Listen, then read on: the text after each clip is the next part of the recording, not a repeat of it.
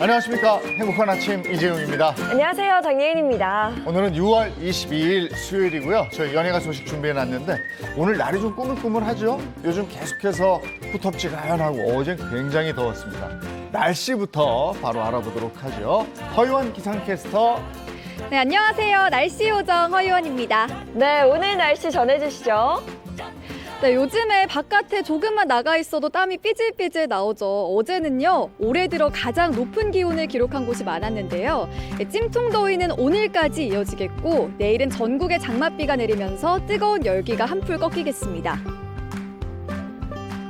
어제 제주에 장맛비를 뿌렸던 정체전선은 일본 해상으로 이동하면서 현재 장맛비는 소강 상태를 보이고 있습니다. 오늘 전국 하늘에는 구름만 잔뜩 끼어 있겠는데요.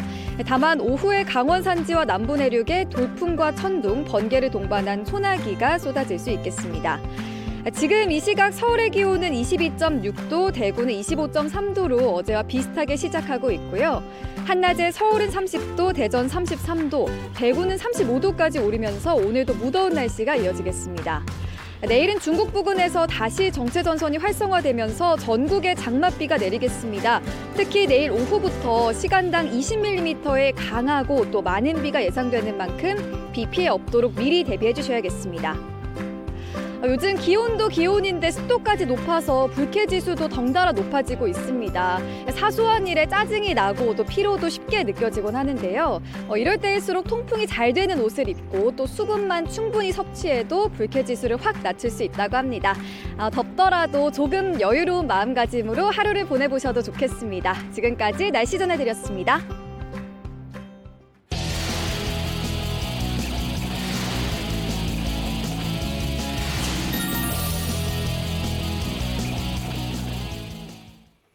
네, 화제 이슈를 발빠르게 전해드리는 모닝 브리핑 순서입니다. 오늘 김성환 시사평론가와 함께합니다. 어서 오세요. 네, 안녕하세요. 네, 반갑습니다. 첫 번째 이슈부터 전해주시죠. 첫 번째 이슈는 누리호 2차 발사 최종 성공입니다. 어제 누리호 발사하는 장면 보셨어요? 네. 시원하더군요. 저도 생방송으로 봤는데요. 네. 눈물이 날 뻔했어요. 아마 비슷한 생각하셨던 분들 굉장히 많을 것 같고요. 이렇게 이제 감격스럽다고 하셨던 분들이 많습니다. 오후 4시에 누리호가 발사가 됐고요. 고도 700km까지 누리호 발사체가 올라가서 그리고 700km의 위성까지 다 올려놓는데 성공했습니다. 네. 위성은 성능 검증 위성하고 위성 모사체 이렇게 분리를 할 수가 있는데요. 일단 위성 모사체가 올라가서 거기에서 신호가 보내지는지 확인한 다음에요. 그 다음에 그 안에서 다시 큐브 위성이라고 해서 조그마한 위성이 다시 나옵니다. 일종의 새끼 위성이 나오는 건데요. 그거는 전국의 대학 4곳에서 개발을 했어요. 학생들도 같이 참여를 했다 그래요. 근데 이것을 통해서 기상이라든가 이런 것들까지도 앞으로 측정할 수 있도록 한다고 합니다. 그러니까 굉장히 대단한 기록인데요. 우리나라 과학위성을 처음으로 쏘아올린 게 언제인지 혹시 기억하세요? 모르실 거예요. 언제예요? 1992년입니다. 아, 그렇군요. 그때 우리별 1호라고 하는 걸 발사를 했거든요. 근데 그때는 뭐 우리가 기술이 없었잖아요. 영국의 도움을 받아서 발사를 했어요. 네. 그러니까 그때로부터 시작하면 30년 만에. 야. 그리고 나로 때 개발했던 거로 따지면 한 10년 만에 우리가 우주 개발에 첫 발을 내딛었다 이렇게 평가할 수 있을 것 같습니다. 네, 어제 정말이지 많은 분들이 가슴 졸이면서 네. 보셨을 것 같은데요. 특히 앞서서 몇 차례 연기했었기 때문에 좀 더 극적으로 다가왔던 것 같아요. 아마 기억하실 거예요. 지난해 8월에 누리호 발사를 시도를 했었잖아요. 근데 그때는 이게 누리호가 1단, 2단, 3단 이렇게 구성되어 있고 맨 꼭대기 위성이 올라가잖아요. 네. 3단 있는 데서 로켓 추진체가 제대로 힘을 발휘하지 못하면서 맞아요. 결국은 발사에 실패하는 그런 모습을 보였습니다. 그리고 그 다음에도 누리호 2차 발사가 이제 예정이 됐었는데 기상 상황이라든가 또 부품 이상 이런 것 때문에 2차례 발사가 연기가 됐는데요. 또 굉장히 특이한 현상은 보통 이제 위성 발사 실패했다고 하면 막 좌절하거나 국민들이 뭘 이렇게 위성 발사 실패하냐고 과학자들을 좀 질책하거나 탓을 하게 되는데 그런 게 없었다는 거예요. 실패해도 괜찮아. 앞으로 계속 하면 되지. 그리고 또 그게 성공의 밑거름이 될 거야. 이렇게 격려해 줬다고 하는 거예요. 이 굉장히 큰 힘이 돼서 결국 발사 성공으로 이어지지 않았나 이렇게 생각합니다. 자, 이렇게 해서 우리나라가 세계 7번째로 실용 위성을 발사체에 실어서 우주에 올려 보낼 수 있는 능력을 갖춘 그런 나라가 된 거잖아요. 네, 맞습니다. 그러니까 두 가지로 구분할 수 있을 것 같아요. 우리 위성은 뭐 이전부터 많이 쏘아 올렸어요. 근데 발사체를 개발을 못 했던 거예요. 근데 외국의 발사체를 빌려가지고 그 꼭대기 위성을 올려서 발사를 했는데 이제 발사체까지 우리가 독자적으로 개발했다는 거죠. 그러니까 앞으로 로켓이나 위성을 얼마든지 우리 기술로 쏘아 올 수 있게 됐다 이렇게 볼 수 있습니다. 예. 그러니까 이런 점에서 우리 우주 기술을 자주성을 확보하게 됐다 이런 점이 가장 큰 의미가 있을 것 같고요. 언제도 이제 고흥 발사 우주 그 발사장이 있기 때문에 고흥 센터에서 얼마든지 앞으로 우주 발사를 우주 발사체를 발사할 수 있는 이런 상황이 됐다고 볼 수 있고요. 고흥 지역을 일종의 이제 우주 개발의 전초기지 형태로 앞으로 더 확대해 나갈 계획이다 이렇게 밝히고 있습니다. 네. 그리고 아마 기대하시는 분들이 있을 거예요. 과학에 관심 있으신 분들은 오는 8월에 달 탐사선인 다누리호를 또 발사할 네. 계획이에요. 이거는 발사체는 이제 외국의 발사체를 빌리게 되고요. 그 위에 우리의 위성이 올라가게 되는데요. 전 세계 15개 국가, 위성 강국이라고 할 수 있는 선진국이 참여하는 아르테미스 프로젝트라고 있습니다. 거기에 우리나라가 참여해서 만약에 이번에 달 탐사선을 발사를 하게 되면은 달 탐사선이 달 궤도를 돌아가면서 달의 뒷면도 촬영할 수 있게 된다고 그래요. 그러니까 오히려 나사에 우리가 촬영한 영상을 제공하는 이런 모습을 볼 수도 있게 될 것 같습니다. 네, 이번 성공으로 인해서요. 우리나라의 우주 산업에는 정말 긍정적인 다양한 변화들이 있을 것 같은데요. 네, 맞습니다. 그러니까 많은 분들이 이것도 제가 모르실 것 같은데요. 이런 얘기를 계속하게 되는데요. 우리나라 발사체 기술은 이번에 처음으로 성공을 한 거지만 위성을 개발하는 거는 개발 업체가 적지 않다 그래요. 꽤 많아요. 그러니까 위성을 개발하는 기술은 상당 수준에 올라와 있습니다. 그러니까 우리가 모든 걸 다 우리 힘으로 해낼 수 있다고 하는 거는 앞으로 위성 개발을 다른 나라에 수출을 할 수 있다는 얘기가 될 수도 있어요. 그리고 또 하나 의미는요. 우리가 스포츠에서 박세리 퀴즈, 김연아 퀴즈 이렇게 얘기하잖아요. 앞으로 누리호 퀴즈도 생겨날 그렇죠. 과학기술에. 예, 맞습니다. 그러니까 우리도 이제 할 수 있다는 걸 보여줬기 때문에 이 장면을 본 어린 학생들이 정말 누리호 퀴즈가 돼서 대한민국에서도 과학 강국의 꿈을 꿀 수 있다. 예. 우주 개발을 할 수 있다고 하는 꿈을 키울 수 있게 됐다고 하는 점이 저는 예. 굉장히 큰 의미 있다고 생각합니다. 우리 부모님들이 오판 하셔가지고 과학자가 돼야 돼. 그래서 학원 더 돌리면 안 되는데. 아, 그럼요. 아니, 대통령이나 장차관이 되거나 검사대라고 자꾸 얘기를 했던 시절이 있었던 것 같아요. 이제는 그럴 필요 없을 것 같습니다. 아니 요즘에 날 덥고 물가 비싸고 뭐 하나 와 할 일이 없었는데 어제 누리호 발사 장면 보면서 그리고 또 성공했다는 소식 들으면서 온 국민이 와 할 수 있어서 그게 더 기뻤습니다. 관계자 여러분 고생 많이 하셨습니다. 자, 두 번째 이슈 전해주시죠. 두 번째 이슈는 새 정부 첫 부동산 대책입니다. 어제였습니다. 윤석열 정부의 첫 부동산 대책이 나왔는데요. 일단 임대차 시장의 불안 요인을 선제적으로 대응하고 취득세나 분양가 상한제 등 그러니까 부동산 세제를 조정하는 이런 내용이 담겼다고 생각하시면 될 것 같습니다. 네, 다다음 달이면 임대차 3법이 시행된 지 2년이 지납니다. 좀 다양한 임대차 시장 관련 대책들이 나왔을 텐데요. 구체적으로 어떤 내용인지 좀 소개해 주시겠어요? 임대차 3법의 핵심적인 내용은 계약갱신 청구권이잖아요. 네. 2+2잖아요. 기존에는 2년 동안 세입자가 안정적으로 살 수 있었는데 거기에 2년을 더 더하는 겁니다. 네. 그런데 이 법이 시행될 때 이미 2년을 채운 분들이 있잖아요. 이런 분들은 법 시행 이후 2년이 지났기 때문에 이제는 전월세 상한제를 제한을 받지 않게 된다는 거예요. 풀리게 되면은 갑자기 이제 나가라 이렇게 해도 나가야 되는 상황이고요. 그러면 그동안에는 이제 전월세 상한으로 5%만 임대료를 올릴 수 있게 됐는데 이제는 한 40% 올려줘. 이렇게 돼버리면 꼼짝없이 돈을 내야 되는 이런 상황이 됐다는 거예요. 그러니까 임대 시장이 굉장히 불안해질 수 있다는 거예요.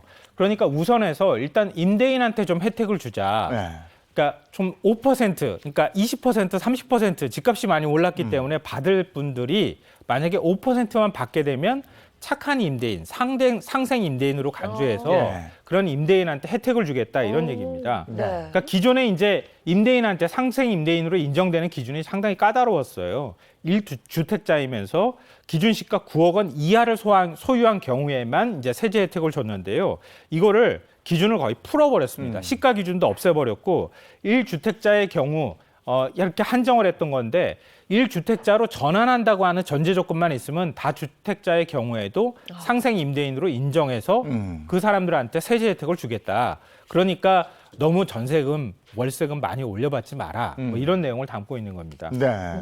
세입자를 위한 대책도 나왔다면서요? 네, 그렇죠. 세입자 대책을 빼놓을 수가 네, 없겠죠. 세입자의 경우에도 이 전월세 그 비용을 내게 되잖아요. 그러면 소득공제를 그동안에 해줬어요. 네. 근데 이것도 또한 기존에는 좀 까다로웠어요. 예를 들면은 총 급여액의 5,500만 원 이하인 무주택 세대주가 월세로 거주할 경우에 월세액의 최대 12%까지 소득공제를 해줬거든요. 네. 이 소득공제 금액을 15%까지 올려주겠다. 이런 내용이 포함되어 있고요. 계약갱신 만료를 앞둔 세입자에 대해서는 전세대출 지원도 좀 더 강화해주겠다. 그러니까 지난 4년 동안 전세 가격 상승폭을 감안해서 버팀목 전세대출 보증금을 한도를 좀 더 확대해주겠다. 이런 내용도 포함되어 있습니다. 네, 이번에 발표된 부동산 대책 중에 이 외에 또 주목해 볼 만한 게 있을까요?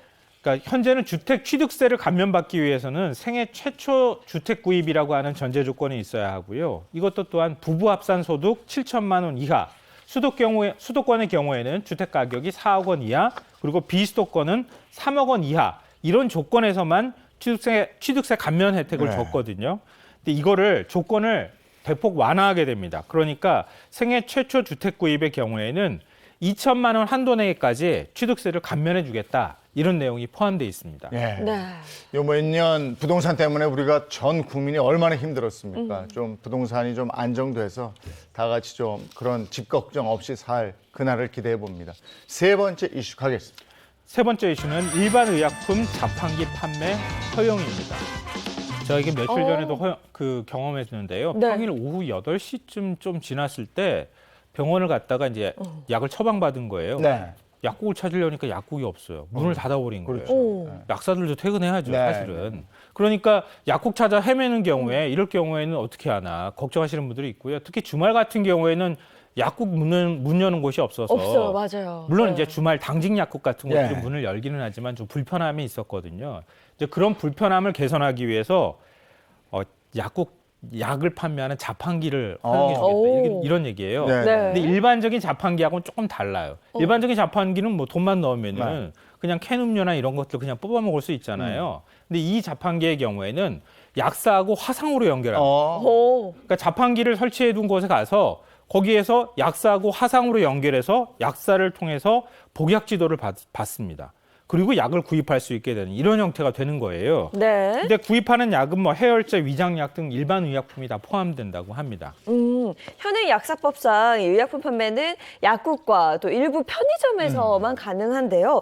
이게 법적인 문제는 없는 건가요? 그러니까 현행 약사법에 따르면요, 의약품의 판매가 이루어질 경우에 약국에서 약사와 환자가 직접 만나서 복약 지도를 해야 한다. 이렇게 돼 있는 거예요. 네. 그러니까 약사하고 직접 만날 방법은 약국을 찾아가는 방법밖에 없던 그렇죠. 거잖아요. 네. 그리고 약국에 가보시면 아시겠지만 약 줄 때 뭐 식후에 드십시오, 뭐 설명을 들어야 되잖아요. 이렇게 네. 하십시오 이렇게 얘기를 듣잖아요.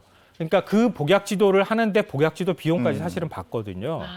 근데 현행법상으로 그렇기 때문에 그런 불편함을 자판기를 통해서 뭐 해소하거나 이럴 방법이 마땅치 않으니까 이게 방법이 없었는데요. 그래서 그동안에도 유권 해석을 통해 가지고 불법이다 이렇게 규정을 해왔습니다. 네. 근데 그 사이에도 사실은 화상 그 약 판매기라는 것 자체는 자판기가 있긴 있었다 그래요. 네. 2012년에 개발이 이미 됐었고요. 2019년에 시범 사업 신청까지 했고요. 2013년에는 인천의 한 약국에서 2개월 동안 시범 운영을 했는데 환자들의 만족도도 상당히 높았다 그래요. 그러니까 시범 서비스나 시범적으로 뭔가 화상 자판기가 뭐 판매가 되거나 이렇게는 일부는 있었다 하더라도 전면 시행은 불가능했었다 이렇게 봐야 되는 거죠. 근데 현행법상 약사하고 환자가 직접 만나야 약을 줄 수 있는 건데. 네. 근데 어떻게 화상으로 이게 승인이 날 수가 있었죠? 규제 샌드박스라고 들어보신 적 있으시죠? 아, 예, 기업하고 뭐 이렇게. 예, 새로운 기술이 나왔을 네, 때. 네. 그러니까 그 안에서 뭐 우리 아이들이 놀이터에서 여기에서는 잘 놀아 이렇게 네. 하면서 모래놀이 하게 해주는 것처럼 그런 걸 규제 샌드박스라고 네. 하거든요. 규제 샌드박스를 적용해 준 거예요. 아. 그러니까 규제를 일부 완화해 주거나 아니면 유예해 주는 거예요. 이런 제도를 통해서 화상 판매기도 앞으로 규제 샌드박스에 넣어서 이제 시범적으로 뭔가 서비스를 할 수 있도록 해주자. 이렇게 정부 방침이 결정이 된 겁니다. 그런데 이번 발표에 대해서 대한약사회에서는 반대가 심하다고 합니다. 아무래도 그럴 수밖에 없는데요. 우리 원격 진료 의사회에서 반대하잖아요. 네. 왜냐하면 원격 진료 시작되면은 그러면은 의사들 숫자도 줄어들게 되는 거 아니야? 그렇죠. 그리고 가만히 앉아서 만약에 환자들한테 뭐 어떤 거 처방을 한다 그러면은 오진도 많아지는 거 아니야? 뭐 여러 가지 우려들을 제기하고 있는 거거든요. 약사들도 화상 판매기가 만약에 만들어진다고 하면은 그러면은 약국 문 닫게 되는 거 아니야? 약사 한 명이 여러 사람을 화상으로 연결해가지고 만약 복약 지도를 하거나 이렇게 했을 경우에 나타나는 문제나 이런 것들이 있을 것이다. 또 달리 말하면 생존권의 문제와도 또 관련이 돼 있을 수밖에 없어요. 물론 환자를 위해서 그렇다 이렇게 또 얘기하고는 있지만 그래서 대한약사회에서 상당히 반발하고 있는 상황입니다. 그러니까 어디까지 화상 판매기가 도입이 될지 이거는 조금 더 지켜봐야 되는 상황인데요. 그리고 또 걱정하는 부분이 약국을 오투약하는 경우가 생길 수 있잖아요. 잘못 투약하는 경우가 있을 수 있고 그리고 이 개인정보가 유출될 경우도 있을 수 있다. 이렇게 우려를 얘기하고 있습니다. 그래서 약사회에서는 이런 화상 자판기 같은 거 도입하지 말고 그 도입하려고 하는 노력하는 것만큼 심야 시간대나 약국이 만약에 주변에 만약에 문을 안 연다고 하면은 공공 심야 약국 같은 거를 운영하면 어떻겠느냐. 그 국가가 좀 지원해 주면 되지 않겠느냐. 이런 얘기를 하고 있습니다. 그러니까 이것도 앞으로 상당히 약사회하고 좀 갈등이 좀 있을 것 같습니다. 네. 국민의 편의성과 건강권. 네. 뭘 원하십니까? 어떤 걸 원하십니까? 네. 자, 오늘 모닝 브리핑 여기까지 하겠는데 아까 저희가 얘기하다가 그 취득세 부분이었던 것 같은데 고가주택에 대한 과도한 혜택을 막기 위해서 감면 한도 현행 제도화에서 2천만 원으로 잘못 얘기한 것 같은데요. 200만 원입니다. 최대. 예, 그거 정정해 드리겠습니다. 모닝 브리핑 여기까지 하고요. 김성환 평론가와 함께했습니다. 고맙습니다. 네. 고맙습니다.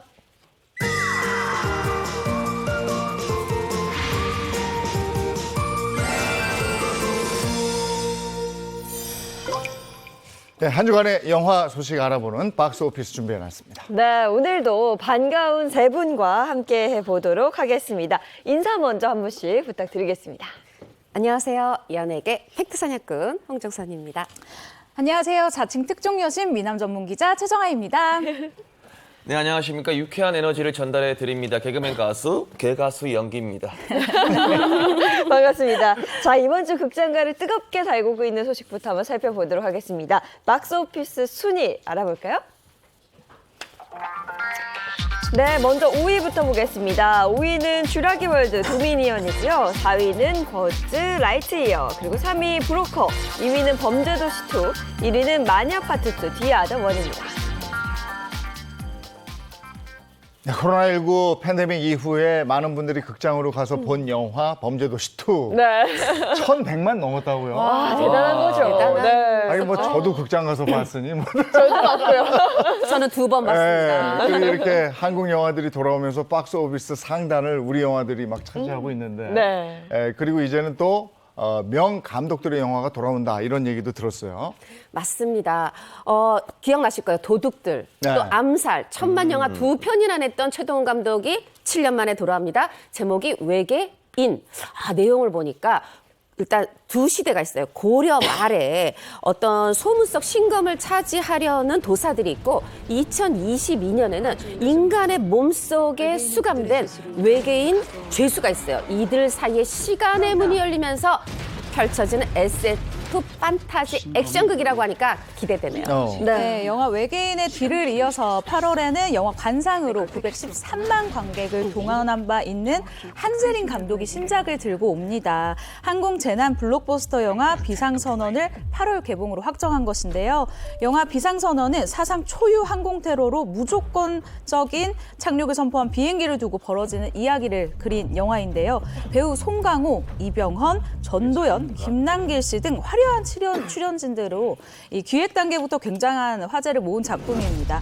그리고 배우 이정재 씨의 감독 데뷔작인 헌트 역시 오는 8월 10일 개봉을 준비하고 있습니다. 네, 여름 성수기를 겨냥한 한국 영화 대작들의 대진표가 이렇게 완성이 되겠습니다. 아, 정말 이 영화들 기대가 되고요. 네. 설명 들을수록 보고 싶다는 생각이 드는데요. 자, 그래서 준비해봤습니다. 어머! 이 영화는 꼭 봐야 해라는 주제인데요. 올 여름 뜨겁게 달굴 신작 영화 3편을 준비했습니다. 자, 첫 번째 영화부터 갈까요? 네, 똑같이 한번 따라 해보도록 하겠습니다. 어머, 이 영화는 꼭 봐. 제가 준비한 톤은 사실 다른 톤이었는데 똑같이 해보겠습니다. 어머, 이 영화는 꼭 봐야 해. 첫 번째 영화는 6월 22일 개봉하는 룸 쉐어링이라는 영화입니다. 영화 룸 쉐어링은 평생 누구와 함께 지내본 적 없는 까다롭고 별난 할머니와 월세를 아끼려 룸 쉐어링을 신청한 대학생이 한 집에 살면서 새로운 형태의 가족이 되어가는 이야기를 담은 영화입니다. 룸 쉐어링 그러니까 이제 예전으로 치면은 저기 하숙 뭐 이런 거 네. 어떻게 해석해야 되나?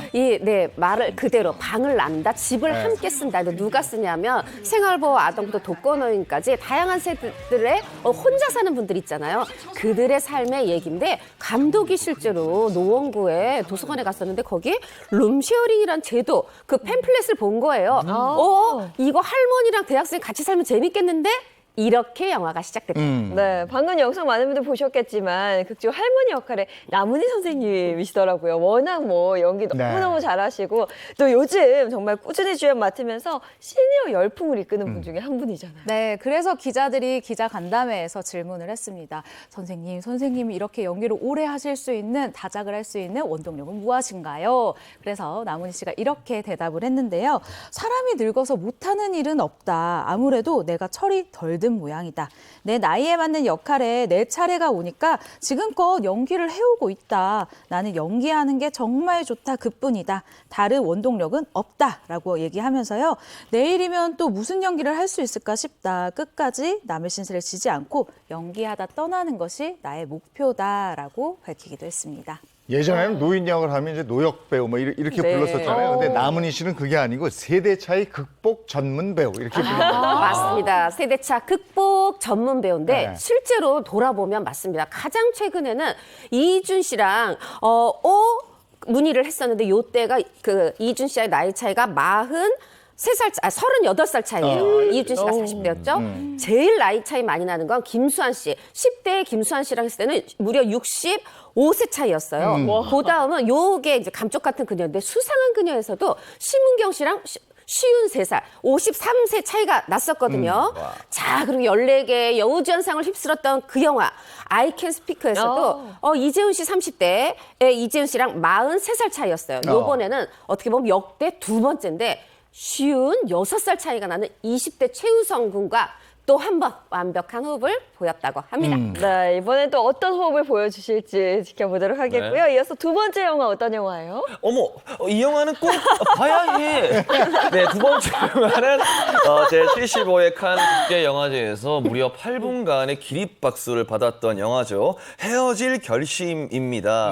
영화 헤어질 결심은 산에서 벌어진 변사 사건을 수사하게 된 형사가 사망자의 아내를 만나고 의심과 관심을 동시에 느끼며 시작되는 이야기를 담은 영화라고 합니다. 이거 정말 관심이 뜨거운 영화고 해외에서 그렇게 큰 호평을 받았으니까 국내에서는 어떤 반응일지 이것도 참 궁금해요.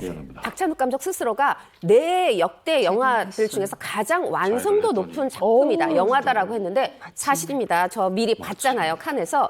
그때 칸에서 뭐 해외 언론들 호평이 대단했는데 감독은 이렇게 얘기했어요. 박찬욱 감독은 저는 여기서 호평보다 국내에서 관객들이 어떻게 봐주실지가 제일 떨려요 했는데 떨지 않으셔도 될 것 같아요. 영화 좋고 우리가 흔히 영화제 수상한 영화 흥행은 안 돼 이런 속설이 있는데 아닙니다. 이렇게 무겁고 진중하고 그런 영화 아니고요. 흥미진진 보실 수 있습니다. 네, 박찬욱 감독이 이번 영화 만들면서 가장 신경 쓴 부분이요. 전작과의 차별화였다 그래요. 네, 맞습니다. 박찬욱 감독이요. 이 언론, 그러니까 한국 언론 기자들을 만나서 이렇게 얘기를 했는데요. 이전과는 다른 것을 하고 싶다라는 이 전작과의 차별화에서 이 영화가 시작이 됐다고 합니다.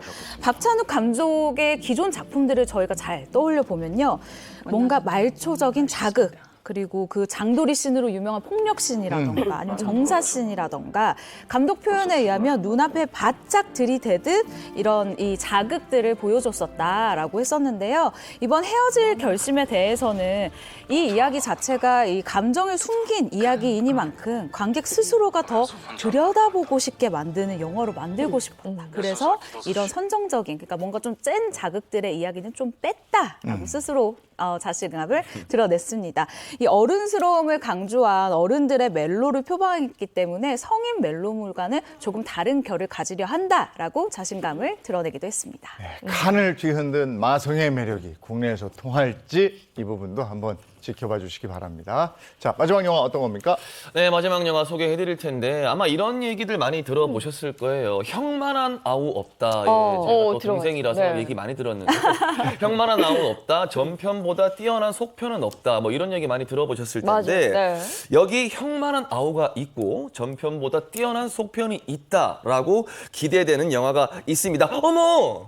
이 영화는 꼭 봐야 해. 자, 세 번째 영화는 명량의 후속작이자 명량해전 5년 전 전군 중인 왜군을 상대로 조선을 지키기 위해 필사의 전략과 패기로 뭉친 이순신 장군과 조선 수군의 한산해전을 다룬 영화 한산 용의 출연입니다. 저는 개인적으로 이 영화 가장 기대돼요. 정말로. 예인 씨뿐만 아니라 이 영화 한산 용의 출연은요, 극장가에서 정말 기대를 많이 모으고 있는 속편 중 영화 하나입니다. 네. 그럴 수밖에 없는 게 이 전작 명량이 한국 영화 역대 최고의 흥행작에 이 자리를 굳건히 다지고 있잖아요. 그래서 아마 많은 분들이 한산 용의 출연이 전작의 영광을 이어갈 수 있을지 이 부분을 기대하는 분들도 많이 계시잖아요.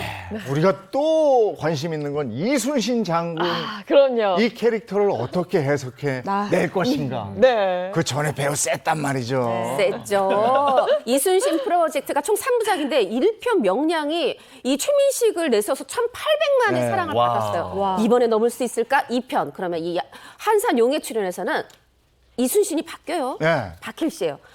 김한민 감독 욕심쟁이입니다. 또 3부 노량 죽음의 바다는 김윤석. 세상에 그냥 연기 잘하는 배우들 싹 다 몰아놨는데 사실 지금 연기 씨도 얘기했지만 이게 명량 5년 전 얘기예요. 실제로 이순신이 40대다 보니까 어떻게 보면 최민식보다 박해일이 더 최상의 캐스팅이다라고도 하는데 걱정하실 거 없습니다. 헤어질 결심에서도 연기 잘하고 박해일 씨 연기라면 걱정할 필요가 없죠. 저는 이 영화의 흥행 다 함께 여러분들이 살려주셨으면 좋겠습니다. 예, 한산 용의 출연까지. 어머, 이 영화 꼭 봐야 할 영화 소식 들어봤습니다.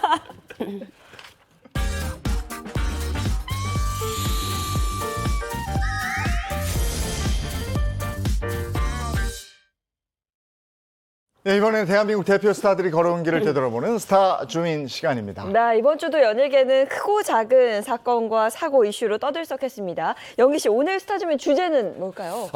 연예계에서 피습과 관련한 또 한 번의 충격적인 사건이 발생을 했죠. 바로 40대 배우 피습 사건인데요. 그래서 오늘은 연예계를 경악해 한 피습 사건에 관한 이야기를 한번 준비를 해봤습니다. 오늘의 스타 주민 주제 지금 말씀드릴게요. 세상에 이런 일이 연예계 희대의 피습 사건입니다. 이 연예계, 이 연예인들은 불특정 다수의 대중에게 노출된 사람들이잖아요. 뭐 화려해 보이긴 합니다만 너무 오픈된 삶을 살다 보니까 네. 피습의 대상이 되기도 하는데 지금 앞에 말씀해 주셨다시피 40대 배우 피습 사건, 범인이 남편으로 알려지면서 더 놀랐어요. 네, 맞습니다. 이번 사건이 알려진 건 지난 14일이었습니다. 40대 여배우 A씨가 집 앞에서 별거 중인 이 남편이 휘두른 흉기에 상처를 크게 입었고요. 주민들의 신고를 받아서 출동한 이 경찰에 의해서 현행범으로 체포된 아주 충격적인 사건이었습니다. A씨에게 흉기를 휘둘러서 이 살인 미수 혐의를 받은 남편은요, 구속 상태로 검찰에 넘겨졌다고 합니다. 네, 그런데 이번 피습 사건이 알려진 후에 또 다른 피해자들이 나왔다면서요. 맞습니다. 40대 여자 배우 누구야 하면서 무분별한 추측. 그 중에서 막 실명도 나왔어요. 그러다 보니까 어머 그 사람 저 아니에요. 왜냐하면 이게 이제 남편 간에 벌어진 일이다 보니까 불미스럽다 보니까 자신의 이미지를 지키기 위해서 해명 아닌 해명을 한 상황인데요. 우리 이런 사건 생기면 피해자 말고 가해자에 주목해야 된다는 거 다시 한번 생각해 봤으면 좋겠습니다. 예. 자, 그럼 이제 본격적으로 시작하겠습니다. 세상에 이런 일이 연예계 희대 피습 사건입니다.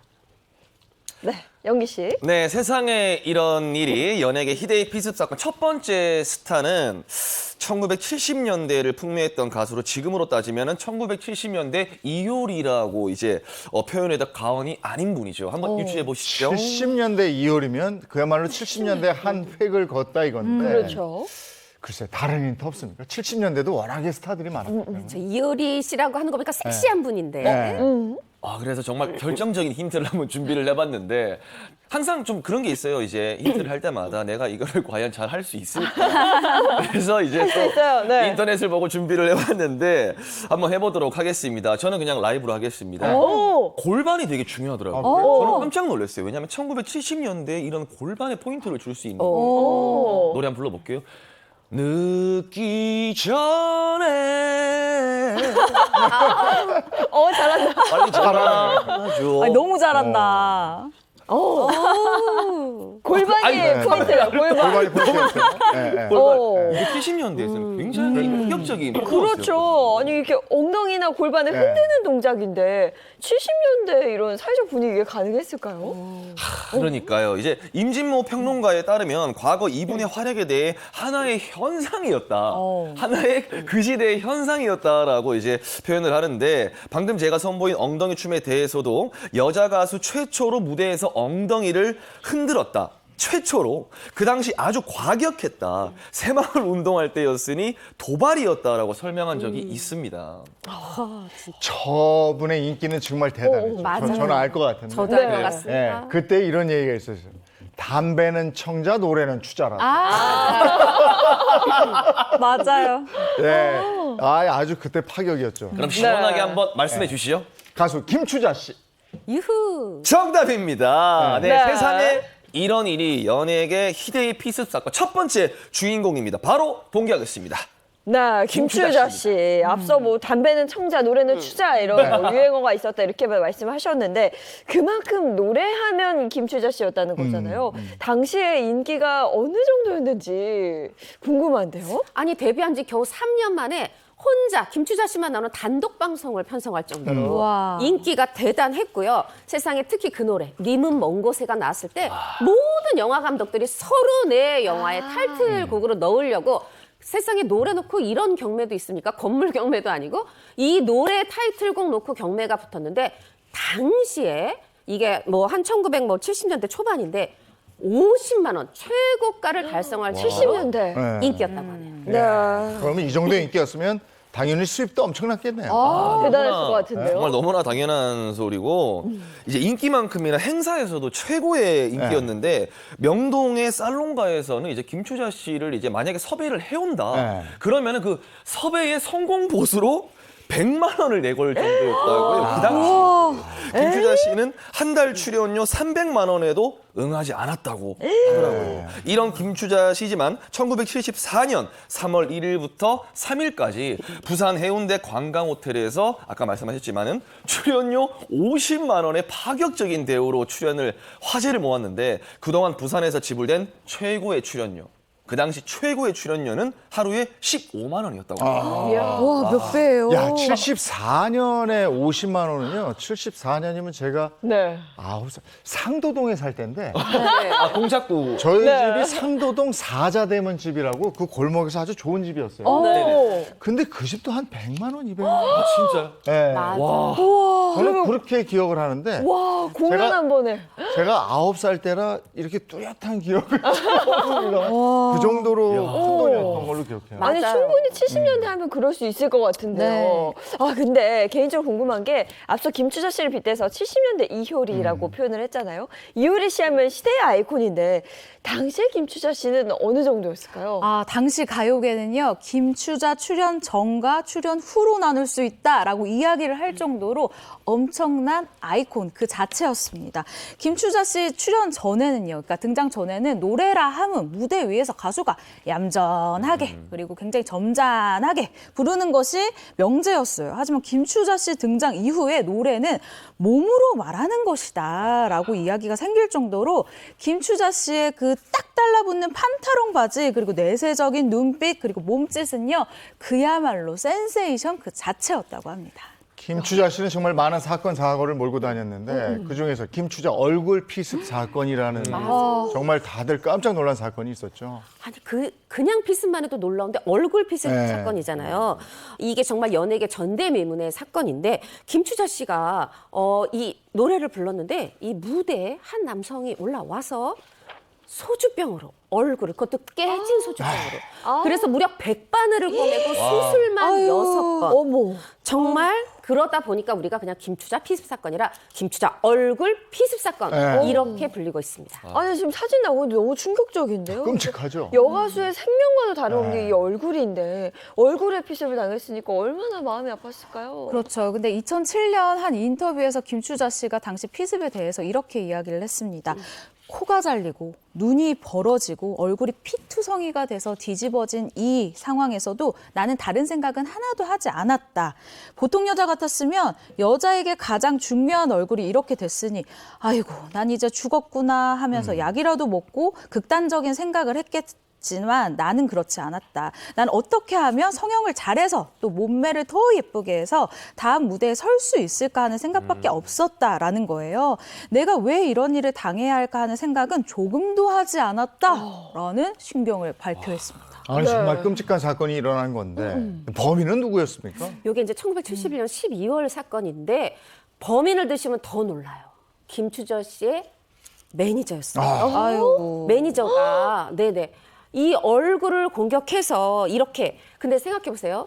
깨진 소주병이라고 말씀드렸죠. 이건 거의 사람이 죽을 수도 있어요. 네. 그럼요. 그래서 살인 미수. 거기다가 이거 폭력이죠. 그러다 보니까 실제로 실형 징역 1년 6월을 선고받았습니다. 아니 보통 매니저는 그 연예인의 그림자라고 할 정도로 뭐 가족만큼이나 가까운 사이다 이런 얘기를 참 많이 들었는데 아니 도대체 왜 그런 끔찍한 짓을 저질렀대요? 지금까지 알려진 걸로는 이제 이분이 원래는 그 신중현 씨 이제 아래 있던 가수 지망생이었다 그래요.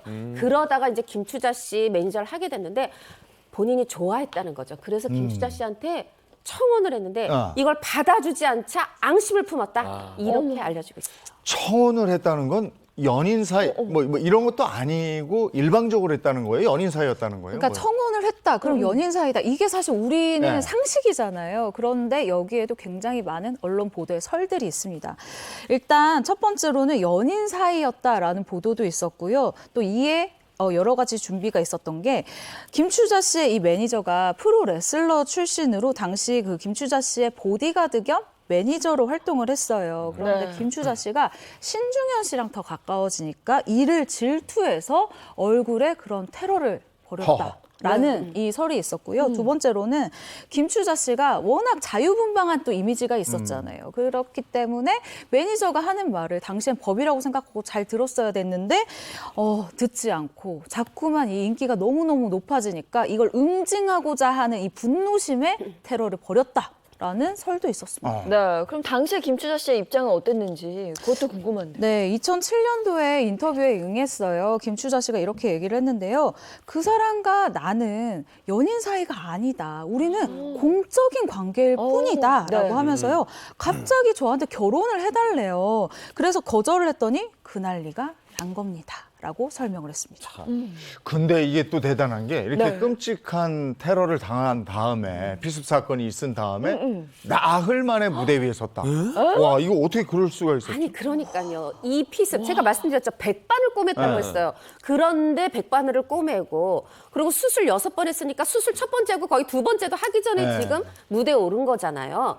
이게 또 속사정이 있더라고요. 이 피습을 당하기 전에 그 리사이틀 공연 잡혀 있었는데 단독은 다행히 아니고 송창식 씨 비롯해서 10여 팀의 가수 여기다가 신중현 씨가 14인조 밴드를 지휘해서 하는 그런 멋진 리사이틀 공연을 이 M본부가 준비를 했던 겁니다. 계약을 했는데 너무 이제 다 수백만 원이나 들어간 큰 공연이다 보니까 이거를 뭐 연기하거나 이럴 수가 없어서 강행이 됐고 강행이 됐는데 김추자가 없다? 이거 말이 안 되죠. 그러다 보니까 김추자 씨가 이렇게 나흘 만에 무대에 등장했다. 와, 만약 저라면 정말 그 무대 선호 상상도 못했을 텐데 정신력 자체가 아예 다른 분인 것 같아요.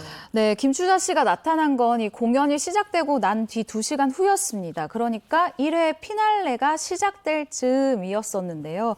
김추자 씨가 얼굴에 붕대를 100바늘을 꼬맸잖아요. 네. 칭칭칭 이렇게 감고 무대 위에 짠! 하고 어허. 나타난 거예요. 네. 근데 이때 또 틀려진 노래가 님은 먼 곳에였어요. 이 노래가 딱 배경음악으로 흘렀다고 하는데요. 이때 김추자 씨가 무대 위에서 마이크를 딱 들고 이야기를 합니다. 저는 이번에 또 한 번 참변을 당했습니다. 여러분 앞에서 꼭 노래하고 싶었던 제 소원은 이루어지지 않은 셈입니다.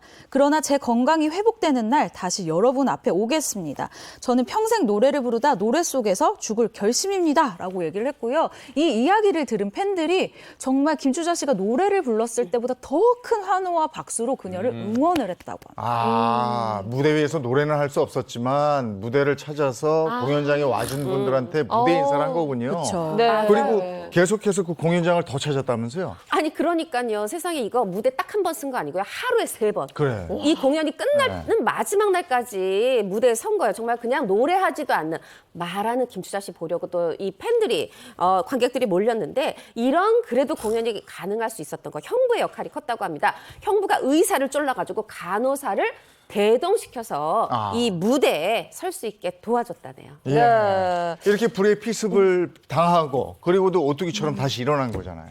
오뚜기처럼 일어나서 사고 1년 후에 복귀를 했고 또 그로부터 또 시간이 지나서 1975년 광복 30주년 이 공연에 또 김추자 씨가 나왔고 바로 아까 이재영 MC께서 말씀하신 담배는 청자, 노래는 추자 이게 요 75년에 그 공연이 너무 멋져서 네. 나왔다고 하고요. 네. 아니 그런데 또 그 뒤에 참 이분이 정말 놀라운 분이에요. 교수하고 결혼하시더니 우리 그다음부터 못 봤죠. 뭐 공연 무대 그때 텔레비전이 브라운관이었습니다. 브라운관에서 종적을 감춰버려요. 네. 그래요. 그렇게 매체와의 접촉을 거부했던 김추자 씨인데 그동안 어떻게 지냈을까요? 네, 가수 김추자가 아니라 정말 자연인 주부 김추자로 살았다고 합니다. 예를 들어서요, 집을 지을 때도 미장일, 벽돌을 쌓는 일, 뭐 관공서에 가는 일 등등 전부 다 내가 나서서 하거나 아니면 다른 사람을 직접 시켜서 하는 모습을 보였고요. 빨래도요, 세탁기를 돌리면 되는데 어머니가 하시던 방법 그대로를 고수했다고 해요. 방망이로 빨래를 두드리고 뭐 때를 빼고 손으로 손빨래를 하는 등 정말 가사에 힘을 쏟았다고 하는데요. 이렇게 아날로그식으로 일을 하는 이 김추자 씨를 보고 딸이 한마디를 했습니다. 아니 엄마는 조선시대 여자냐? 엄마 가수 맞냐? 이렇게 물어봤다고 이야기를 할 정도였다고 해요. 그리고 지난 2014년에 결혼 후에 첫 앨범을 내놓고 다시 컴백 소식 알렸잖아요. 네, 맞습니다. 여기에도 딸의 힘이 굉장히 컸는데요. 딸이 아까 엄마 조선시대 여자냐 이렇게 투정을 했다고 하잖아요. 근데 이번에도 가수를 해라라고 강력하게 이야기를 했다고 합니다. 나에게 김추자 씨 이야기입니다. 나에게 엄마의 좋은 재주를 아끼지 말고 빨리 컴백하라고 했다. 몸 관리 잘해서 팬들에게 노래를 들려주는 게 내 할 일이라고 하더라. 지금 컴백하지 않으면 나중에 후회하게 될 것이다 라고 얘기를 했다라면서요. 딸의 응원과 격려를 자랑하기도 했습니다. 네. 근데 최근 활동이 벌써 8년 전이란 거잖아요. 최근에 어떻게 지내시는지 혹시 알고 계세요? 아니, 사실 저도 수년 전에 전화 통화를 한 번 했었어요. 근데 경기도 모처에 살고 계신데 공기도 좋고 난 집안 살림 정말 좋아요. 그때도 그렇게 얘기를 하시는데 그래도 돌아갈 겁니다. 노래만 낸 게 아니라 전국 돌면서 공연할 겁니다. 얘기를 저도 들었었는데 지금 공연 소식이 들려오지 않고 있는데 김추자 씨 이 방송 보신다면 빨리 지금 팬데믹도 끝나서 엔데믹입니다. 네, 전국 투어 다시 꼭 하셨으면 좋겠습니다. 네. 자, 이번에 다음 스타 만나보겠습니다. 네, 세상에 이런 일이 연예계 희대의 피습 사건. 두 번째 스타는 트로트의 전설적인 카리스마이자 1970년대 가요계의 아이콘이라고 불렸던 분입니다. 누굴까요? 1970년대. 이번에도 70년대네. 네. 그리고 전설적인 카리스마. 저는 요 말에서 약간 힌트가 될 것 같아요. 남자분으로 가는 전설적 거죠? 카리스마 쪽으로. 100%죠. 네. 네, 전설적인 카리스마 하면은 무조건 이분이 떠오를 네. 텐데 그래도 혹시 모르시는 분들을 위해서 제가 힌트를 조금 드려보도록 할게요. 그 당시에는 정말 들어보기 힘든 이제 소리나 광명이었어요. 오빠! 팬들이 막 오빠! 그래도 오빠분들. 헷갈리실까봐 하나 더 준비했습니다. 테스야! 테스 형. 이 물어야죠. 아랫입술 물어야죠. 너무 똑같아요. 야. 뭐 바로 알겠네요, 이거는. 정말 네. 이 사람 제주꾼이에요. 너무 잘하네. 궁금하네요, 정말. 아니 우리 훈이 오빠. 맞습니다. 나훈이 오빠. 훈이 형. 네. 그럼요. 정답 바로 알려드리겠습니다. 세상에 이런 일이 역대의 희대의 피습 사건 두 번째 주인공 지금 공개하도록 하겠습니다. 가수 나훈아 나훈아 씨. 선생님이십니다. 와. 네. 야, 이 나훈아 씨 사건은 정말 그 당시에 온 세상이 짤 정도로 대단했었죠. 대단했었죠. 신문 사회면에 날 정도의 정말 희대의 사건이었는데 당시에 정체불명의 괴한으로부터 심지어 노래하다가 피습을 당했어요. 지금의 어떤 세종문화회관의 전신 서울시민회관이었는데 여기서 나훈아 씨가 찻집의 고독을 부르고 있습니다. 지금 노래를 부르는 중인데 네. 그 남성으로부터 피습을 당했는데 이때가 이제 1972년도거든요. 그 무대에 올라와서 나훈아 씨를 피습해서 나훈아 씨가 그때 정말 크게 다쳤었죠. 근데 저도 이제 가끔 뭐 공연을 뭐 하다 보면 너무 이제 막 신나고 막 주체를 할 수 없어가지고 막 무대 위로 뛰어 올라오는 막 그런 팬들을 저도 본 적이 있거든요, 사실. 네, 사실 이번 사례도 그런 사례였습니다. 나훈아 씨 공연 중에 어떤 한 팬이 갑자기 무대 위로 뛰어 올라와서 악수를 청하더래요. 그래서 옆에서 보던 사람들이 아, 너무 흥분한 팬이 나훈아 씨랑 악수하고 싶어서 뛰어 올라갔나 보다라고 생각했는데 여기서 끝이 아니었습니다. 악수를 청하는 척 하다가 나훈아 씨를 확 넘어뜨린 거예요. 넘어뜨리고 나서 사건이 발생합니다. 미리 준비해둔 깨진 병으로 이번에도 나훈아 깨지네. 씨를 공격을 한 거예요. 아유. 너무 놀랐을 것 같아요, 그렇죠? 그 당시에도 그렇고 많은 팬들도 그 모습을 아마 보고 있었을 텐데, 그러면 뭐 얼굴을 꿰맸다거나 뭐 이런 네. 사건가 있었어요? 결국 이 사건으로 나훈아 씨는요 얼굴을 70바늘이나 꼬매는 그런 대수술을 해서요 이렇게 사진 보시다시피 정말 붕대를 네. 꽁꽁 싸고 있는 모습입니다. 네, 아니 이렇게 당한 사람으로서는 이게 사실 계속 무대 위에 서야 되는데 네. 평생의 트라우마로 남을 수밖에 없잖아요. 네. 도대체 왜 그랬을까요? 사실 이 범인이 경찰에 또 바로 잡혔어요. 그래서 피습한 이유가 뭐냐라고 추궁을 하니까 인기 있는 연예인을 해쳐서 내 이름을 알리고 싶었던 것이 나의 이 범행 동기다라고 정신이 얘기를 했다는 거예요. 네. 너무 어이가 없고 이 사람이 뭐 제정신이야 이런 이야기까지 나올 정도인데 결국 이 사건으로요 범인은 1년 6개월의 징역을 선고받으면서 이 우발적 단독 범행에 뭔가 끝이 보이는 듯 했습니다. 그런데요 여기서 끝이 아닙니다. 얼마 뒤에 이 나훈아 씨 피습 사건은 전혀 예상치 못한 방향으로 흘러가게 됩니다. 이후 놀라운 주장이 제기가 되면서 새로운 국면을 맞이하게 된 거죠. 네. 새로운 국면을 맞이했다. 이거는 뭐 어떤 반전이 생겼다. 이건데 반전이 일어났다. 그렇죠. 사건은 1972년이었고 2년 뒤인 1974년에 어떤 사람이 제보를 합니다. 사실은 이제 내가 이거를 이 범인한테 들었다는 거예요. 네. 뭐냐 하면 이 사건의 배우에는 가수 남진이 관련돼 있다. 이런 제보가 또 공개되면서 또 한 번 세상 사람들은 또 놀랐어요. 근데 사실 이게 그때 당시 조금 믿어진 이유가 있습니다. 두 사람이 워낙 아주 뭐 라이벌 구도가 그럼 대단했잖아요. 남진 나훈아였죠. 들어보니까 네. 그랬던 거 아니야? 이게 믿어졌는데 두 사람의 신경전이 어땠는지 영상으로 준비했습니다. 근데 이상하게 나훈아 남진 씨는 그렇게 팬들이 극성이었었어요. 저희들 팬들은 싸우거나 의견 충돌이 그런 게 없었는데 이상하게 나훈아하고 남진이는 그렇게 대립이 됐었다고. 그래가지고 우리가 생각할 때는 감히 남진이 팬들이 나훈아를 그렇게 사주했다라고 저희 상상을 못하는데 팬들끼리의 장인의끼리 감정 싸움이었었어요. 아니 근데 이 두 분은 어쩌다 이렇게 라이벌 관계가 형성이 된 거예요? 네, 일단 남진 씨 하면 부드러운 목소리에 뭔가 귀공자 같은 이미지, 세련된 외모, 굉장히 뭔가 좀 다듬어진 남성성이 그 트레이드 마크잖아요. 이 점에서 여성 팬들의 굉장히 절대적인 지지를 받았는데요. 그런데 이런 남진 씨가 군에 입대한 사이 또 다른 신인이 주목을 받게 됩니다. 그 사람이 바로 나훈아 씨였는데요. 그러던 중 1971년도 남진 씨가 제대를 하면서 본격적인 이 숙명의 대결이 펼쳐진 거죠. 나훈아 씨 하면 뭔가 짐승남 같은 이런 남성의 매력이 있잖아요. 매력이 너무 달라서 그랬었던 것 같아요. 이게 이제 뭐 남진 씨 입장에서는 최고의 위치에서 군복무를 마치고 이제 제대를 하고 돌아왔는데 나와 보니까 갑자기 나훈아 씨의 엄청난 인기를 이제 몸으로 느낀 거니까 나훈아 씨가 굉장히 위협적인 상당한 존재였겠어요.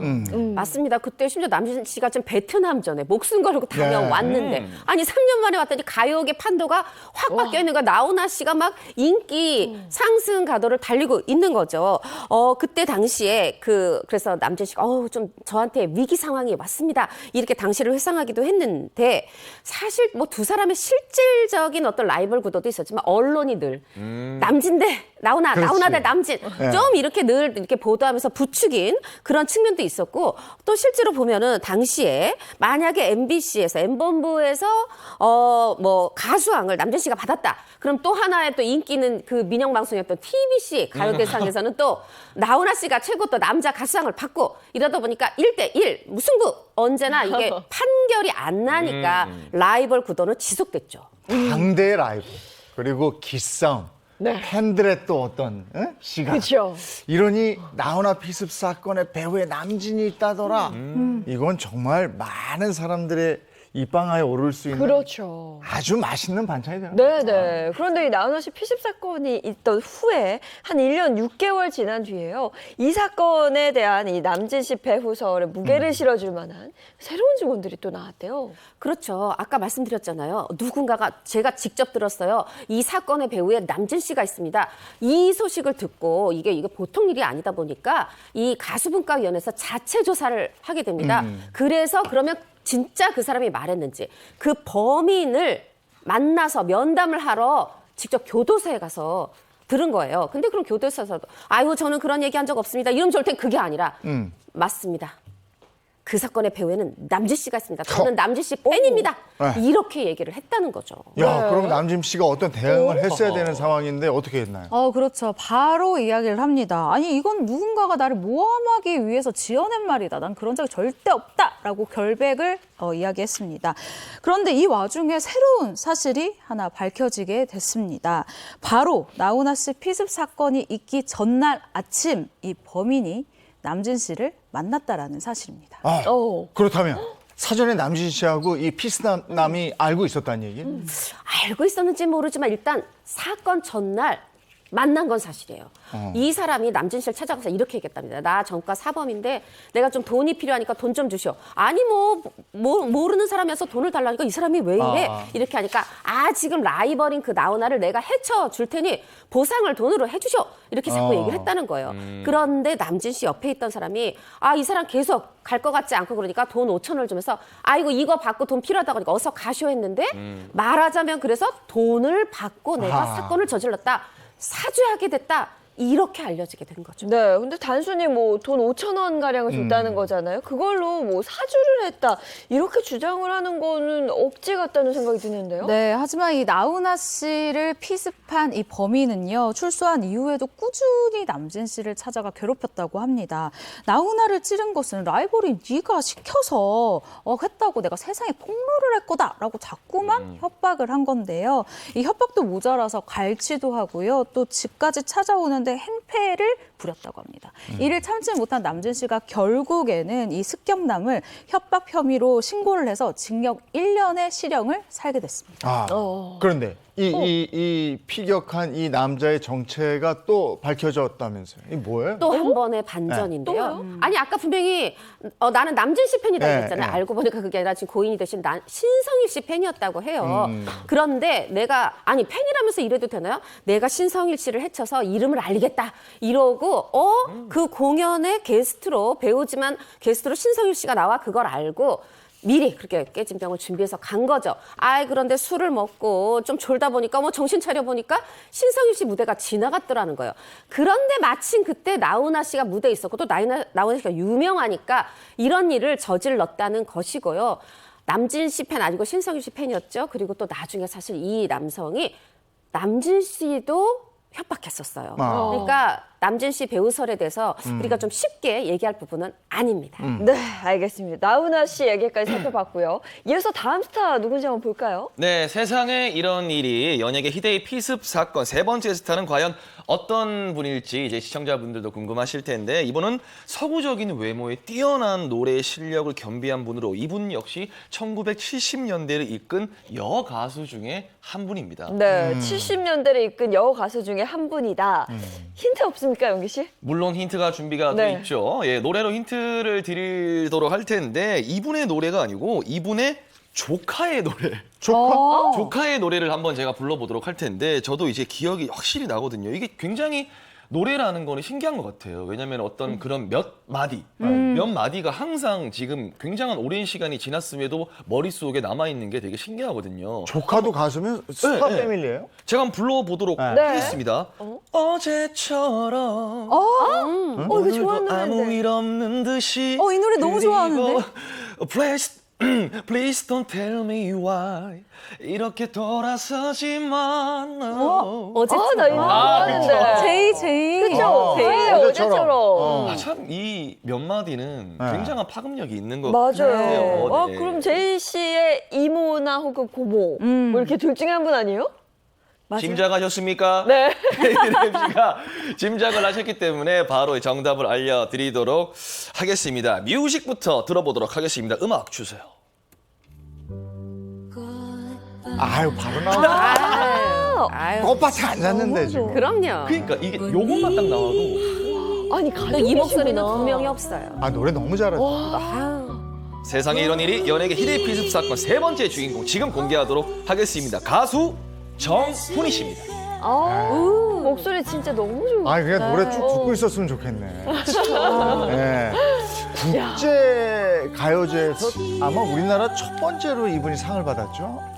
네네, 맞아요. 그렇습니다. 네. 이제 네. 여기서 제가 이제 깜짝 퀴즈를 준비를 해봤는데 네. 당시 정훈이 씨의 별명이 있었거든요. 네. 별명이 무엇이었을까요? 제가 보기를 한번 드리도록 할게요. 시청자분들도 맞춰보세요. 1번 부산 대표 가수, 2번 해외 대표 가수, 3번 국가 대표 가수. 이거 아유, 너무 쉽죠. 아니, 국제대회에서 상을 받았다니까. 3번 국가대표 정원이- 가수. 국대죠, 국대. 정훈이 씨가 국가대표 가수로 불리게 된 이유는 바로 1970년대 6번의 국제가요제에서 상을 아주 그냥 휩쓸면서 국제적인 명성을 얻었고 덕분에 이런 별명이 붙었다고 하네요. 국가대표 가수. 아니, 우리 국대 가수 정훈이 씨도 피습을 당한 적이 있단 말이에요. 네, 아, 맞습니다. 또 때는 1975년으로 거슬러 올라가는데 70년대야. 네, 그때 어. 정훈이 빅쇼 이거에 출연하기 위해서 분장 받으려고 분장실 이 출입문 옆 의자에 앉아서 대기하고 있었대요. 그런데 갑자기 또 괴한이 습격을 했는데 요번에는 무기가 뾰족한 한 20cm 정도의 콘크리트.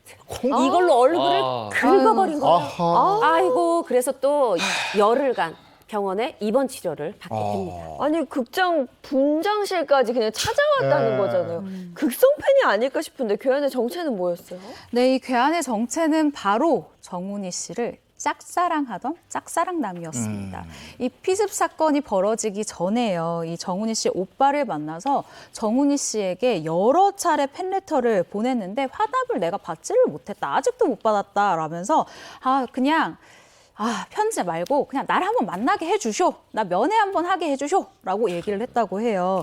그런데 정훈이 씨 오빠가 당연히 좀 이상하네 싶어서 우리 훈이가 많이 바빠요. 라고 하면서 돌려보냈다는 겁니다. 그런데 이것에 화가 난 습격범이요. 콘크리트 세 덩이를 보자기에 싸서 이걸 다시 들고 나타나서 정훈이 씨의 얼굴을 이 콘크리트 덩어리로 가격을 했다고 합니다. 지금 사진에서 보다시피 당시 사건 이후 정훈이 씨 콧대가 내려앉았다고. 여기서 제가 이제 그냥 작은 퀴즈를 한번 드려보도록 할 텐데 정훈이 씨의 오빠는 왜 정훈이 씨와 같이 다니면서 어떤 역할을 했을까요? 1번 매니저, 2번 보디가드, 3번 소속사 대표 이렇게 한번 맞춰보시죠. 매니저. 매니저일 가능성이 높을 것 매니저일 일본. 가능성이 그래요? 높겠죠. 그렇죠. 저는 보디가드 아닐까 싶어요. 보디가드. 근데 오빠들이 여동생 지켜준다 그러잖아요. 워낙 인기가 많고 팬들이 많으니까 오빠가 좀 지켜주려고 하지 않았을까요? 확실히 인기가 많고 팬들이 많은 사람이라 정답을 맞추는, 역시. 어디가 그랬어요? 맞추는 것이 아닐까. 역시. 아닌데. 2번 네. 보디가드 맞습니다. 그러면 보디가드 오빠가 가만히 있지 않았겠는데 이게 범인은 어떻게 됐어요? 바로 잡혔어요. 보디가드 오빠가 가만히 있지 않았죠. 바로 현장에서 체포해서. 아, 그랬어요? 그런데 가방을 열어봤더니 정말 아까 말한 것처럼 돌들이 떡. 바로 이거 무기니까요. 이거는 네. 특수폭행에 있거든요. 그렇죠. 바로 경찰서로 넘겨져서 구속이 됐습니다. 아니 근데 아무리 거절당했다고 하더라도 콘크리트 조각을 가지고 네.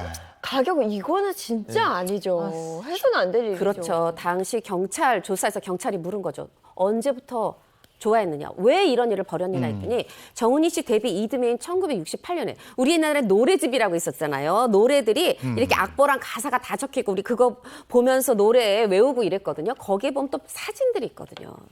그 사진에 있는 정은희 씨를 보고 아 너무 예쁘다. 내 아내로 삼고 싶다 생각을 했다는 거예요. 아니 근데 참 이분들이 왜 그럼 이렇게 다치게 하고 망가뜨려 놓고 해야 내 아내로 삼는 거 이 정말 의식을 이해하기가 힘든데 그래서 피습을 하려고 심지어 한 달 전에 고향에서 상경을 해서 준비를 했다. 이렇게 경찰 조사에서 얘기했다네요. 정은희 씨도 완전 공포였을 텐데 네. 하필이면 얼굴이에요. 네. 지금 우리 앞에서도 얘기했는데 전부 얼굴이에요. 네. 이거 왜 이랬을까요? 일단 정은희 씨가 한 방송을 통해서 이에 대해서 얘기를 했는데요. 이 범인이 얼굴을 공격한 이유 충격적이었습니다. 이 사람이 그러니까 범인이 나랑 결혼을 해야 된다라고 생각을 했다더라. 그래서 내 얼굴을 해치면 나랑 결혼을 할 수 있을 거라고 생각하고 내 얼굴을 공격했다고 하더라라고 네. 이야기를 해서 굉장히 충격을 안기기도 했습니다. 정은희 씨는 요즘 어떻게 좀 지내고 계세요?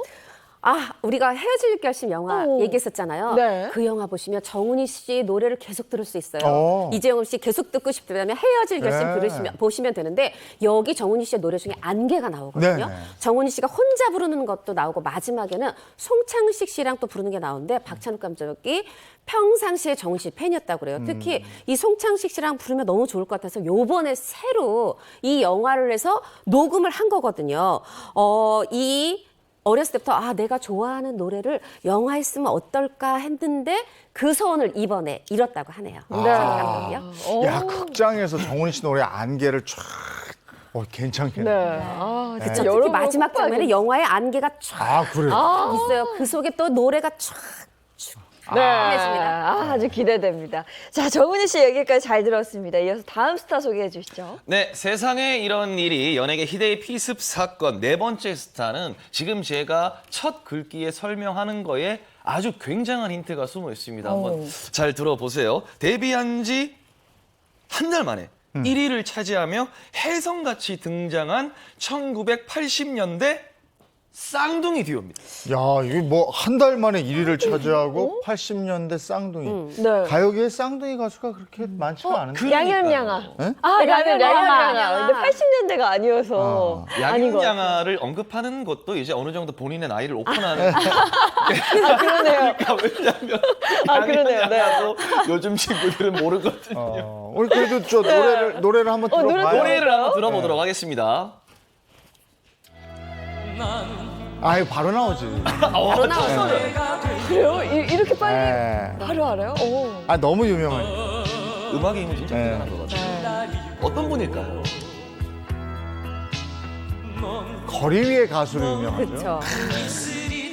노래 참 잘하고. 형제들의 이름의 끝자를 따서 어. 네, 듀오 그룹명을 쳤죠. 1980년대 정말 주름 잡았죠. 네, 바로 갈까요? 네, 바로 가겠습니다. 야, 수아진. 정답입니다. 세상에 이런 일이 연예계 희대의 피습 사건. 이제 지금 주인공은 가수 수아진입니다. 1980년대 정말 인기 대단했어요. 근데 나온 지 한 달 만에 이렇게 1위까지 갔다. 이거는 좀 몰랐거든요. 와. 한 달 만에 1위를 갔는데 1988년도에 인기가요 순위 조사를 했는데 12월 딱 한 달, 1년도 아니고 한 달 동안 이 인기곡 새벽 아침이 방송에 몇 번이나 나갔을까 조사를 했더니 무려 94번. 하루에 3번씩 방송 나간 거예요. 네, 엄청난 인기였던 거죠. 근데 저 궁금한 게 두 분 중에 어떤 분이 피습을 당한 거예요? 동생 그 수아진 중에 동생 안상진 씨였어요. 우리가 사실 새해 첫날은 다 좋은 일, 1년 동안 좋은 일 있기를 바라는 그런 날인데 1989년 1월 1일 한강 둔치에서 이 안상진 씨는 피습을 당했던 거죠. 후일에 형 안상수 씨가 이렇게 전했어요.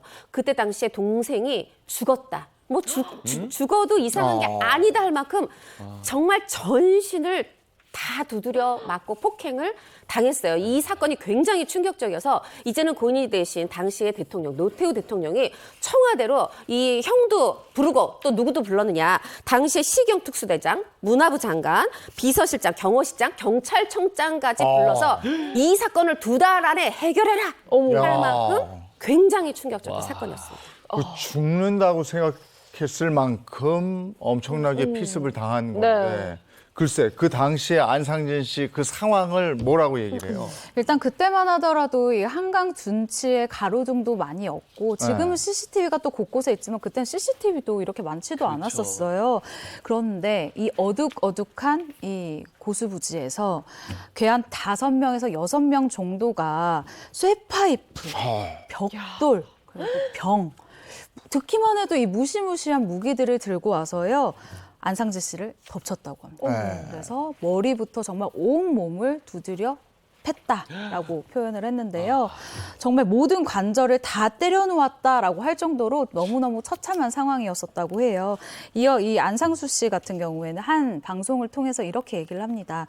처음에는 술을 먹은 줄 알고 머리를 그냥 으이그하면서 팍 때렸대요. 그런데 이 촉감이 그 딱딱한 머리여야 하잖아요. 근데 이 촉감이 딱 이 느낌이 아닌 거예요. 그래서 좀 이상해가지고 딱 봤더니 혹이 크게 나 있었는데 그 혹 때문에 뭔가 그 물컹한 뭔가 그 통통한 그 느낌이 탁 나서 이게 뭐야 딱 봤다고 하더라고요.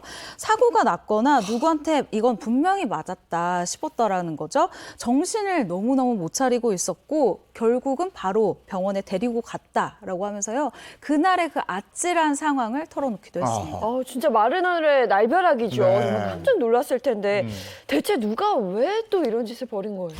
그런데 너무 안타깝게도 이렇게 대통령까지 온 이 관계자들을 불러서 2달 안에 해결해라고 했는데 이제 피습을 그러니까 습격을 한 가해자 이 범인을 끝내 잡지 못했어요. 진짜요? 그래요? 네, 그렇습니다. 그런데 10수년이 지나서 어느 날 안상진 씨 뇌리에 그 사람이 이랬구나. 한 사람이 떠올랐대요. 그런데 어차피 10년도 넘게 지나서 공소시효도 지났고 이 자신의 아픔, 상처를 다시 꺼내기가 또 두려운 거죠. 그렇게 해서 그냥 세월에 묻으려 한다 이렇게 얘기를 한 적이 있는데 안상진 씨가 이렇게 당시에 얘기를 했습니다. 나를 그렇게 한 사람, 이게 혼자서 때린 게 아니라 여러 명이잖아요. 네네. 그 사람들 다 평생 죄의식을 갖고 살지 않겠느냐. 말하자면 그 죄의식이 벌이다. 이렇게 생각하면서 세월 속에 그냥 묻었다네요. 근데 당시 피습 사건 뭐 워낙에 끔찍하고 또 굉장히 타격도 컸는데 근데 이게 10년이 지나서도 계속 그 후유증이 있었다고 들었거든요. 네, 맞습니다. 안상진 씨는요, 피습으로 이 10년 동안 무려 3번의 뇌수술을 받았다고 합니다. 완전히 그럼에도 불구하고 건강을 회복한 건 아니었었다고 해요. 그런데 퇴원을 하고 나서 얼마나 무대에 오르고 싶겠어요. 얼마나 팬들과 호흡을 하고 싶겠어요. 퇴원 후에 6개월 만에 무대에 올라서 이제 전주가 딱 흐르고 노래를 불러야 하는 타이밍이 왔는데 이상하게 가사 생각이 하나도 안 나도. 근데 이게 한두 번이 아니라 여러 번 계속해서 가사가 생각이 나지 않으니까 이거는 내가 좀 쉬어야 되겠다. 나도 마음이 너무 힘들다 보니까 쉬어야 되겠다라는 생각에 쉬었는데 그게 13년 동안 이어지게 됐다고. 네. 아니 상실감이 정말 컸을 것 같아요. 왜냐면 가수로서 최고의 인기 가도를 달리다가 네. 피습을 당하면서 이렇게 된 거잖아요. 맞습니다. 2018년에 방송에 출연해서 안상진 씨가 이런 얘기를 한 적이 있어요. 연예인은 이렇게 막 스포트라이트를 받다가 갑자기 대중의 관심에서 멀어지면 그 상실감이 너무 크다는 거예요.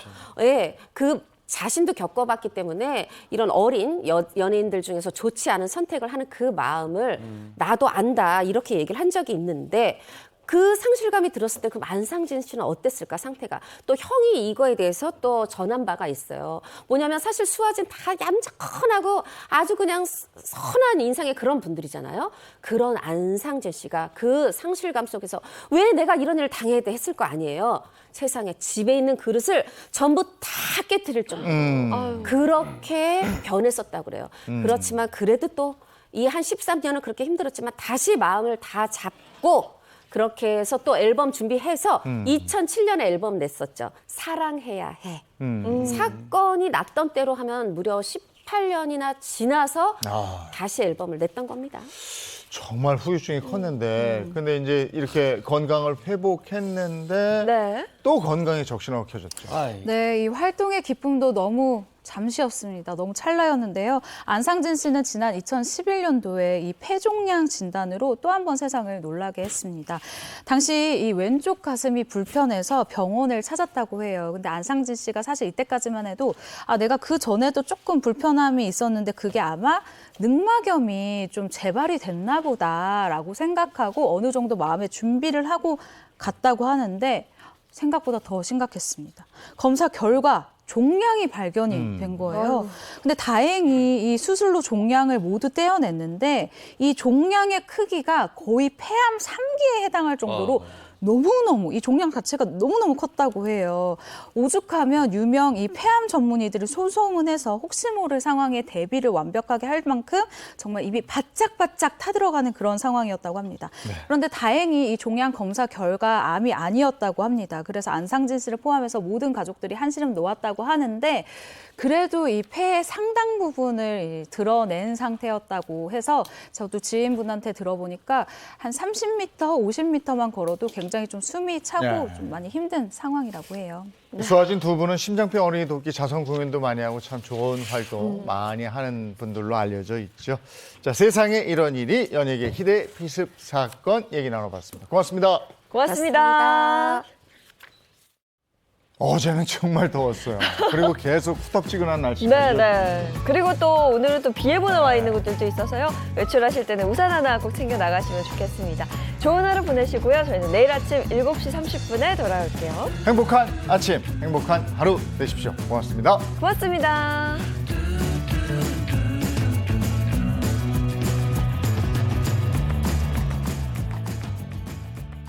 채널 A